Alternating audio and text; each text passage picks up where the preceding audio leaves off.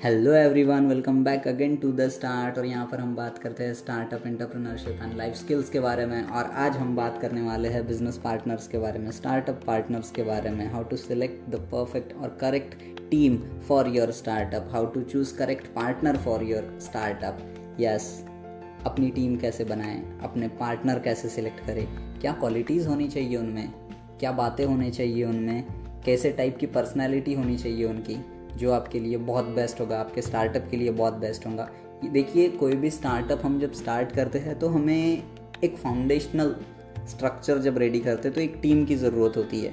एक ऐसी टीम जो अपने बिजनेस को, अपने विजन को, हमारे एम को, हमारे गोल को बहुत जल्दी और पॉजिटिवली रिस्पॉन्स दे और उस पर काम करे। जितना हम काम कर रहे हैं उसी के बराबरी में काम करे और एक बहुत बेस्ट तरीके से साथ में काम करते करते वो लेवल तक के पहुंचाए जहां तक हम जाना चाहते हैं। कैसी पर्सनालिटी होनी चाहिए, इन सारी चीज़ों के बारे में मैं बात करूंगा, तो लास्ट तक के बने रहिए। चलिए, सबसे पहले जो बात आती है वो है ट्रस्ट। यस, आप किसी से दोस्ती कर रहे हो या आप कोई रिलेशनशिप में हो या आप व्हाटएवर कोई बिजनेस कर रहे हो या आप कहीं पर कोई इंस्टीट्यूट में एडमिशन ले रहे हो, आप वहाँ पर क्यों जाते हो?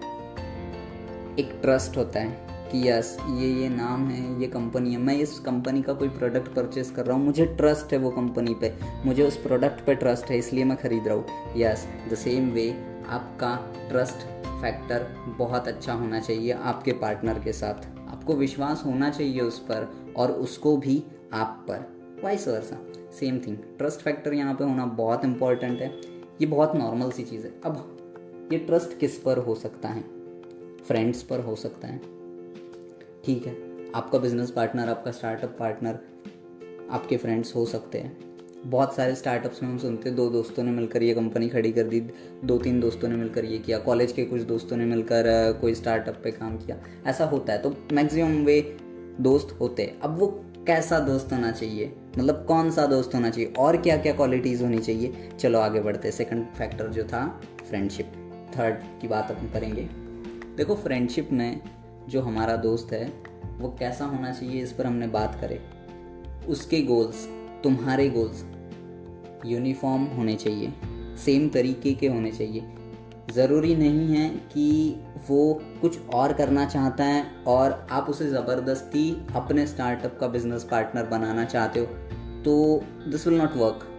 ये काम नहीं करेगा, क्योंकि हो नहीं पाएगा ऐसा, उसका मन नहीं है तो वो काम अच्छे से नहीं कर पाएगा and ultimately you gonna fail. आपकी वैल्यूज़ क्या है, उसकी वैल्यूज़ क्या है, ये अलाइन होने चाहिए। आपके वैल्यूज़, उसकी एथिक्स, आपके एथिक्स सेम वे पे पैरेलली अलाइन होने चाहिए। तब आप दोनों साथ में और अच्छे से और प्रोडक्टिवली काम कर सकते हो। ये बहुत बेस्ट तरीका रहेगा। इस तरीके के दोस्त आप चूज़ कर सकते हो।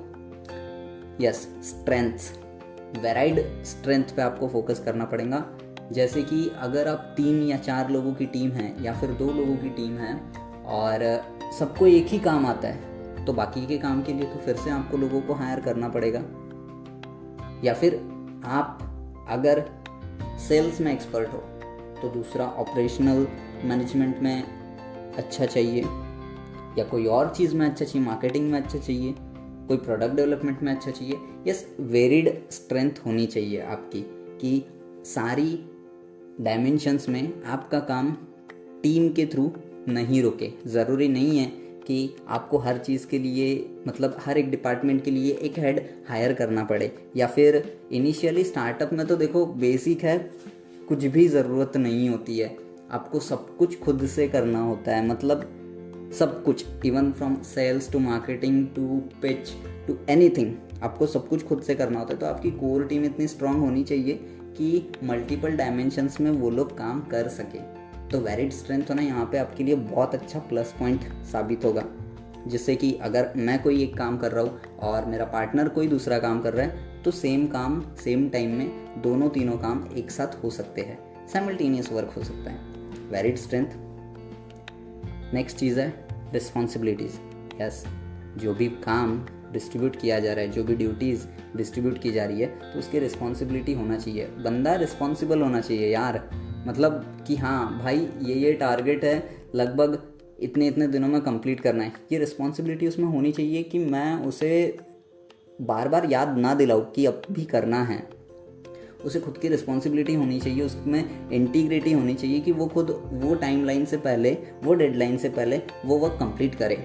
और ओनरशिप होनी चाहिए उसको खुद के बिजनेस से रिलेटेड, कि वो उतनी एक्साइटमेंट से वो काम करे और जल्दी करे विथ गुड प्रोडक्टिविटी।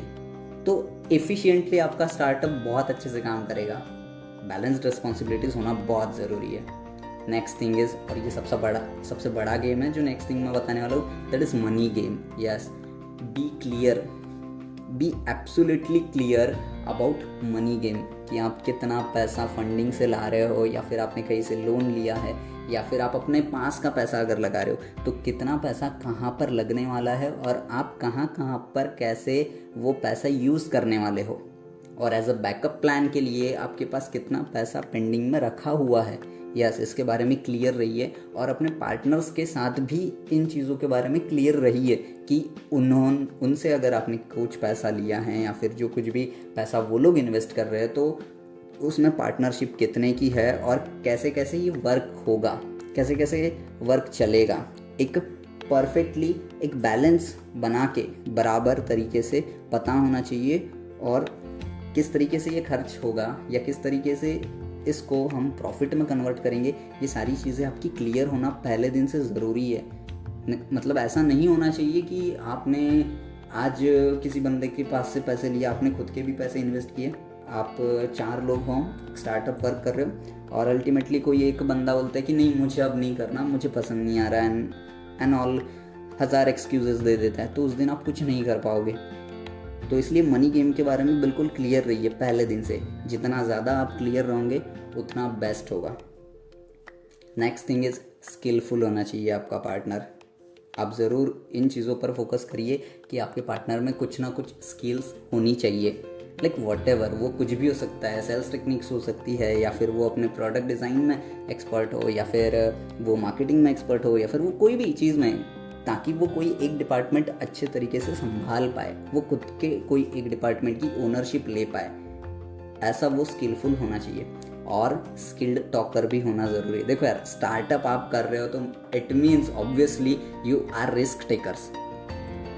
स्टार्टअप या फिर एंटरप्रेन्योरशिप करना है तो ये 100% है कि आप लोग ब्रेव हो, आप लोग रिस्क टेकर्स हो, आपने अपना करियर लगाया है किसी चीज़ को, जी जान से मेहनत कर रहे हो किसी चीज़ पर, तो 110% है। आपको स्किल्ड रहना बहुत ज़रूरी है। ज़रूरी ये भी है कि आप वो स्किल साइमल्टेनियस सीखते जाओ और करो। और नेक्स्ट चीज़ों की बात आते हैं, ग्लोबल व्यूअर होने चाहिए। लाइक आपका विज़न क्या है, आपकी कंपनी फर्स्ट ईयर में कहाँ तक पहुँचेगी, सेकंड ईयर में कहाँ तक पहुँचेगी, थर्ड ईयर में कहाँ तक पहुँचेगी, ये आपका एम आपके पास है। लेकिन सेम एम, सेम विज़न और सेम मिशन आपके टीममेट्स में ये ट्रांसपेरेंटली फैलना चाहिए। सबको ये सेम एम होना चाहिए, सबको उतनी ही ओनरशिप होनी चाहिए कि यस, मुझे इस कंपनी को, मुझे इस अपने बिजनेस को या अपने इस स्टार्टअप को इस मुकाम तक के इतने टाइम में पहुंचाना है। ये ओनरशिप होनी चाहिए, ये विज़न सबका सेम होना चाहिए, ये सेम पैरेलल विज़न होना चाहिए। और ज़रूरी है कि उन सबकी डिसीजन मेकिंग स्किल बहुत बेस्ट हो सकता है कोई इमरजेंसी आ जाए, कुछ अलग वक्त आ जाए, तो ऐसे टाइम पे आपके जो भी टीममेट्स हैं उनको कुछ कुछ डिसीजंस लेना पड़े, तो इंडिविजुअली एक बहुत अच्छा सेल्फ डिसीजन जो वो लोग लेंगे तो वो अच्छा डिसीजन ले पाए। डिसीजनेस उनकी बहुत अच्छी होनी चाहिए। ये चीज़ और ये क्वालिटी पर आप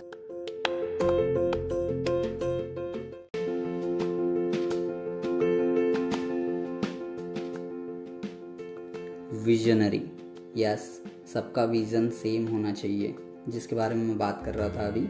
एंड आप ऑलरेडी रिस्क टेकर्स हो, करेजियस हो, प्रैक्टिकल थिंकिंग, यस, ये क्वालिटी आप सब में होनी चाहिए। आप ज़रूर देखिए कि आपके बिजनेस पार्टनर में प्रैक्टिकल थिंकिंग जैसी बात है क्या वो प्रैक्टिकली सोचता है, हाँ उसने इमेजिनेशन कर लिया, हाँ उसके सपने बड़े हैं, हाँ वो मेहनत कर लेता है, लेकिन क्या वो सही टाइम पर सही डिसीज़न ले पाता है, प्रैक्टिकली सोचकर डिसीज़न ले पाता है। ये क्वालिटी होना उसमें बहुत ज़रूरी है। फाइनल डिसाइडर बहुत बेस्ट होना चाहिए उसका, कि वो एट लास्ट कोई भी टाइम पर जो भी डिसीज़न ले वो करेक्ट डिसीज़न ले। और देखो ये सारी चीज़ें पहले दिन डेवलप नहीं होगी, ये आप पहले दिन से एक्सपेक्ट नहीं कर सकते किसी से भी कि ये सारी क्वालिटीज़ उसमें हो, लेकिन यस बाय द टाइम जैसे आप उनके साथ वक्त बिताते हैं, काम करते हो, तो आपको एक समझ में आ जाता है कि कौन कैसा है, किस तरीके की एडेप्टिव पर्सनालिटी है उनकी। और यस आप सीखने के लिए हमेशा तैयार होना चाहिए, ओपन माइंडेड बंदा होना चाहिए। ज़रूरी नहीं है कि मतलब बहुत इमोशंस के साथ है, हमेशा गुस्सा आ रहा है या दुखी हो रहा है, यार मुझे ही काम बता रहा है या फिर मैं ही सब कुछ कर रहा हूँ, ऐसा नहीं होना चाहिए। बी ओपन माइंडेड पर्सनैलिटी होनी चाहिए आपकी खुद की भी और आपके पार्टनर्स की भी। यस इस तरीके से आपका काम बहुत बेस्ट तरीके से चलेगा। कुछ और 2-3 चीज़ें हैं जो बच जाती है कि ये सारी चीज़ें, ये क्वालिटीज़ हमको मिलेगी, ये वर्क कैसे करेगी ताकि हमारा स्टार्टअप और बेस्ट तरीके से चले। देखो बस 2-3 चीज़ें हैं। देखो सबसे पहली बात तो know the other person at least for 1 year, observe him और हर, कि 1 साल तक के उनके साथ वक्त बिताओ, आप काम करो उन पर, साथ में काम करो, आपको उनकी सारी पूरी पर्सनालिटी के बारे में आपको पता चल जाएगा कि वो किस तरीके से काम करते हैं या वो परफेक्ट है या नहीं है। तभी आप डिसाइड कर सकते हो कि ये परफेक्ट मेरा बिजनेस पार्टनर है या नहीं है। आप पहले दिन से बाकी चीज़ें और बाकी सपने मत बनाओ, अभी राइट नाउ में जो काम चल रहा है उस पर फोकस करके बस आगे बढ़ते चलो।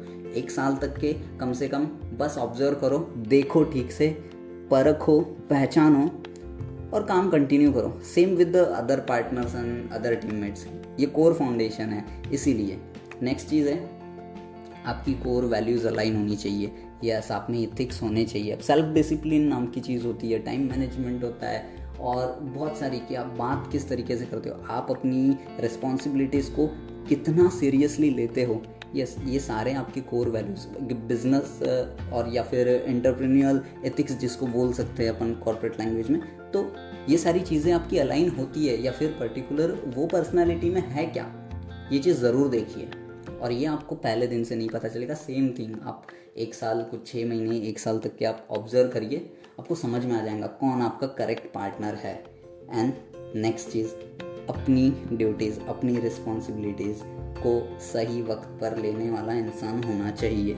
यस एग्ज़िट स्ट्रैटेजी होना बहुत ज़रूरी है। अगर जैसे मैंने अभी कुछ देर पहले बताया कि एग्ज़िट स्ट्रैटेजी मतलब कोई अगले ही दिन आकर ऐसा ना बोले भाई मुझे नहीं करना या फिर I am not gonna work with you and etcetera, कुछ भी बहाना देके बाहर निकलने की नहीं। तो एग्जिट स्ट्रैटेजी होनी चाहिए। आप बनाओ इसे कि देखो अगर आप लोगों को काम नहीं करना है या फिर ये चीज़ हमारे साथ काम नहीं हो सकती या फिर मैं ये डिपार्टमेंट में काम नहीं करूँगा, मैं कोई दूसरे डिपार्टमेंट में काम करूँगा, तो इसके लिए आपको पहले ही एग्जिट स्ट्रैटेजी बनाना बहुत इंपॉर्टेंट है कि यस अगर हमें बाहर निकलना है तो हम कैसे निकलेंगे, क्या ऑप्शंस है। वैसे ऑप्शंस आप रेडी करिए और फिर बनाइए। देखो लास्ट चीज़ है, हमारा पूरा टॉपिक यहाँ पर कवर हो चुका है और लास्ट चीज़ है, जितना क्लियर आप रहोगे उतना कम चांसेस है आपके फेल होने के, और जितना ज़्यादा स्ट्रिक्टली आप फॉलो करेंगे उतने हायर चांसेस है आपके सक्सेस होने के। Yes be calm and be productive. Tada bye, subscribe करिए द स्टार्ट को और मिलते हैं नेक्स्ट एपिसोड में।